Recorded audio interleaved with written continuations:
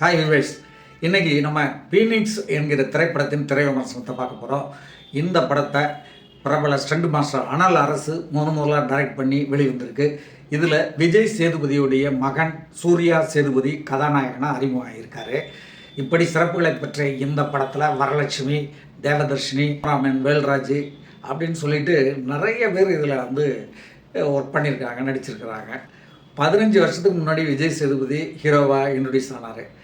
அதுக்கப்புறம் 15வது வருஷம் தன் மகனை சூர்யா சேதுபதியை கதாநாயகனாக அறிமுகப்படுத்திட்டார். அதாவது இவ்வளவு குறுகிய காலத்தில் அப்பாவும் மகனும் திரை உலகில் நடிச்சிட்டு இருக்கிறது ரொம்ப அபூர்வமான ஒரு விஷயம். அதை விஜய் சேதுபதி இந்த படத்தில் பண்ணியிருக்காரு.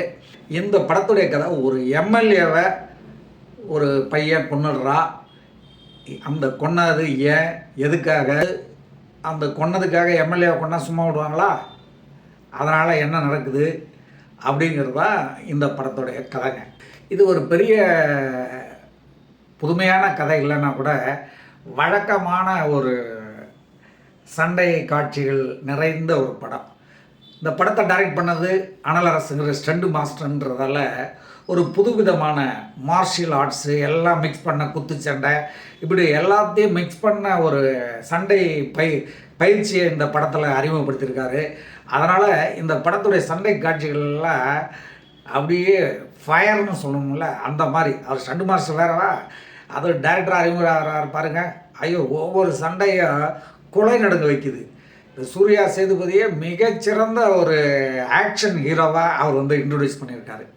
அந்த விதத்தில் அனல் அரசை நம்ம பாராட்டணும். சூர்யா சேதுபதி அறிமுகத்தை பார்த்திங்கன்னா வழக்கமான அறிமுகம் அப்படின்னு சொல்ல முடியாது. அப்படி இருந்ததுன்னா அதை நம்ம அப்படி சொல்லிவிடுவோம், வழக்கமான அறிமுகம்னு சொல்லிவிடுவோன்ட்டு டிஃப்ரெண்ட்டாக வச்சுருக்காங்க. நல்லா தான் இருந்தது. என்ன அப்படின்னா, ஒரு பையன் சாக்கு பொறுத்துப்பட்டு போலீஸால் அழைச்சிட்டு கோர்ட்டில் ப்ரொடியூஸ் பண்ணி அவனை ஜெயிலில் வைக்க சொல்லி நீதிமன்றம் ஆணையிட்டதும் அந்த சாக்கு பை மூடின முகத்தோடையே அழைச்சிட்டு போவாங்க.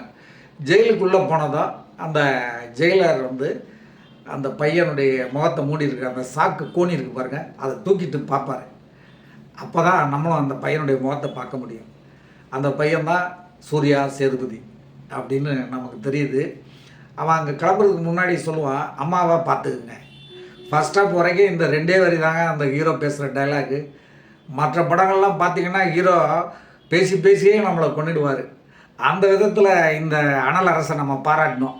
ரொம்ப பேச விடாமல் நடிப்பை காட்டி நம்மளெல்லாம் அவர் மகிழ்ச்சிப்படுத்துறதுக்கு முயற்சி பண்ணியிருக்காரு. பெரும்பாலும் அம்மா சென்டிமெண்ட் வச்ச எல்லா படங்களுமே மிகப்பெரிய வெற்றி பெற்றிருக்கு. அம்மா சென்டிமெண்ட் பேசின ஹீரோக்கள் எல்லாருமே மிகப்பெரிய வெற்றி பெற்றிருக்காங்க. உதாரணத்துக்கு எம்ஜிஆர், ரஜினிகாந்த், நம்ம டி ராஜேந்தர், இப்படி பலரும் அம்மா, தங்கை, இப்படி குடும்ப உறவுகள் பாசத்தை ரொம்ப பிரமாதமாக அதை கையாளுவாங்க. இதுலேயே அந்த ஒரு பாசத்தை காட்டுற மாதிரி அந்த சூர்யா சேதுபதி அறிமுகப்படுத்துறதால அவருக்கும் ஒரு நல்ல எதிர்காலம் இருக்குதுன்னு சொல்லலாம். ஃபைட்டில் எல்லாம் அசைத்திடுறாரு அந்த பையன். தாய் 8 அடி பாய்ந்தா குட்டி 16 அடி பாயும் அப்படின்னு ஒரு பழமொழி உண்டு. அதுபோல் விஜய் சேதுபதி நடிப்பில் பிரமாதமாக ஒரு சாதாரண கேரக்டர் கொடுத்தா கூட தன்னுடைய திறமையால் அந்த கேரக்டரை பெரிய லெவலில் பேச வச்சுருவார். அதுவும் ஆர்ப்பாட்டம் இல்லாத நடிப்பை அமக்கலப்படுத்திடுவார் விஜய் சேதுபதி. அதே மாதிரி பையன் ஆக்ஷன் ஹீரோவாக பிரமாதமாக அந்த ஸ்டண்ட் காட்சிகள்லாம் பண்ணியிருக்காரு. அவ்வளோ பெரிய குண்டா இருந்த பையன் இவ்வளோ ஸ்லிமாகி எப்படி நடித்தார் அப்படிங்கிறது ஆச்சரியமாக இருக்குது. சூர்யாவுக்கு நல்ல எதிர்காலம் இருக்குது. பேர்லேயே சூர்யா இருக்குது. ஏற்கனவே நம்ம சிவகுமார் பையன் சூர்யாவும் ஆரம்பத்தில் இப்படி தான் மெதுவாக அப்புறம் பெரிய லெவலில் இன்றைக்கி பெரிய ஹீரோவாக இருக்கார். அதுபோல தான் இந்த சூர்யாவும், சூர்யா சேதுபதியும் எதிர்காலத்தில் பிரகாசிப்பார். ஃபஸ்ட் ஹாஃபில் பார்த்திங்கன்னா இந்த எம்எல்ஏ கொலை அது இதுன்னு வழக்கம் போல் படத்தில் சொல்கிற மாதிரி ஒரு ஆக்ஷன் ஸ்க்ரீன் பிளே வந்தால் கூட ஃபஸ்ட் ஹாஃபுக்கு பிறகு ஏன் இந்த கொலையை பண்ணார், யார் இந்த கொலையை பண்ணது அப்படிங்கிறதெல்லாம் வருது. அதாவது சூர்யா சேதுபதி அண்ணனை எம்எல்ஏ போட்டு தள்ளி கொண்டுடுறாரு. அது மட்டும் இல்லாமல் அவருடைய மனைவியையும் எம்எல்ஏவுடைய ஆட்கள் கற்பழிச்சிடுறாங்க.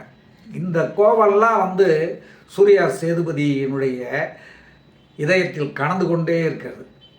அந்த கங்கு அப்படியே நெருப்பாக பற்றி எரியும் போது தான் இந்த விஷயங்கள்லாம் நடக்குது அப்படிங்கிறத அனல் அரசு காட்டிருக்காரு.